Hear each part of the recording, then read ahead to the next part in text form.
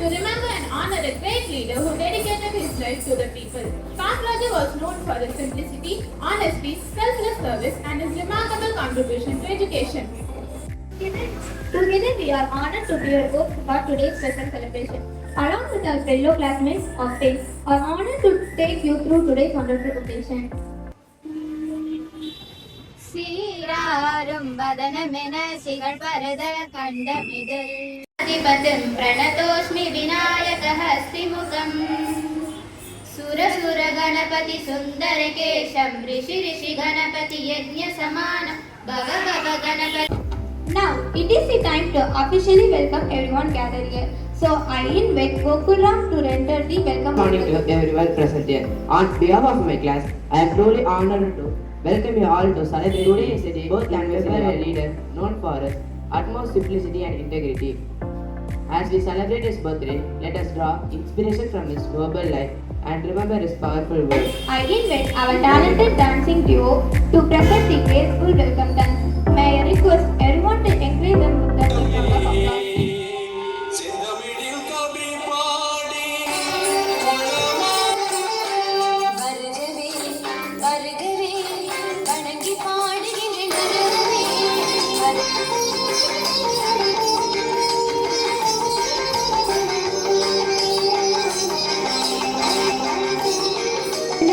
A true visionary and the kingmaker of Indian politics, Sri K. Kamarajar. Born on July 15, 1903 in Virudhunagar, Kamarajar came from a very humble background. என்னாலும் போற்றப்படும் நல்வழி காட்டியே என்னாலும் போற்றப்படும் நல்வழி காட்டியே.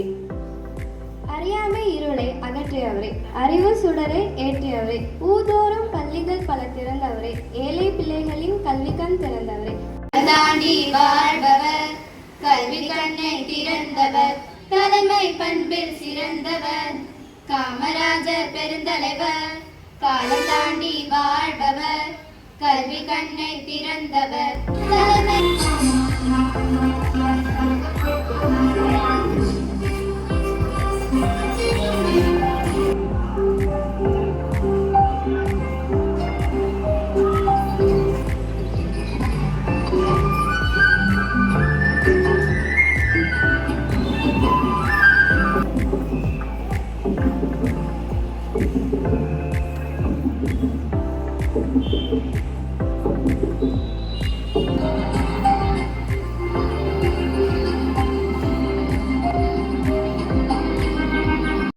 பாட ஆமா வில்லினில் பாட வந்தல் கலை மகளே சந்தனத்தோம் என்று சொல்லியே வில்லினில் பாட ஆமா வில்லினில் ஆமா வெட்டவெளி வனத்திலோ வீதி வெள்ளி வந்ததம்மா எல்லோருக்கோ காட்டினிலோ முல்லை.